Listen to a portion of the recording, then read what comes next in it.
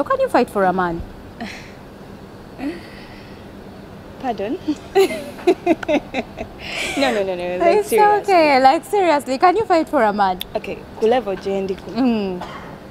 No. You can't. Omusajja atamanyi his place in my life. Yogera kwenye omukwano. Njagala abasajja abo bawulire ekigenda mu maaso. Kulevo jendiku.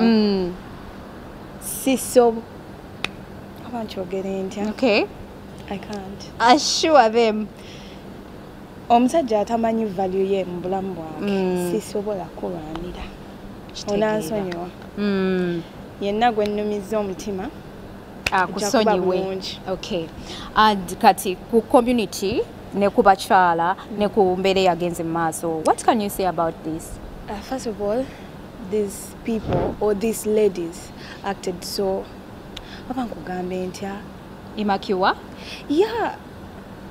Wetademu sente oze bweru kwegamba you're working okola akasente ko kawera. Yeah, ng'omukyala. Kye kikulwanisa omusajja. Really speaking. Are you trying to say nti abasajja banene tubeera tubaagalako sente? No. Si oyina okwewa level. Okay. You understand? I see that. Wewe level. Nekirala, we lack that respect between us. Abakyala? Yeah. Okay. Omusajja waba anvuddeko azze ewuwo. Like, that's enough to show you that this guy is a nothing. Okay. Come on. We need to support each other as ladies.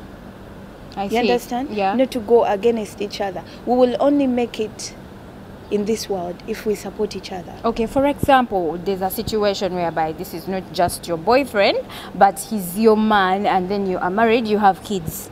And here comes a side chick. Yeah, look at it in this situation that this guy is your man. You are married, you have kids, and here comes a side chick like to affect your marriage. What would you say about this? Girl. For example, would you act in such a way? How would you act about this situation? Side chicks are always there. I know. I want everybody to know that. They're always there. Your man is not so perfect. By the way, let me remind you, he's not perfect. And he also knows that. We are all not perfect. Now if we're getting married, guys are still looking at us, yes? But we are old enough to make a decision. You're like, Omanyichi, yes, bachankwana, yes, ndi married. Ne, I'm actually still married. I made a commitment. Omusajja atamanyi commitment gye yakola wabanga mubawala bonna yalaba ggwe n'akuteekako empeta.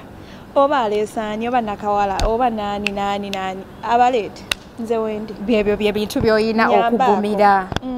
Okay. Oyina obbigumira. You didn't say yes for nothing. I know.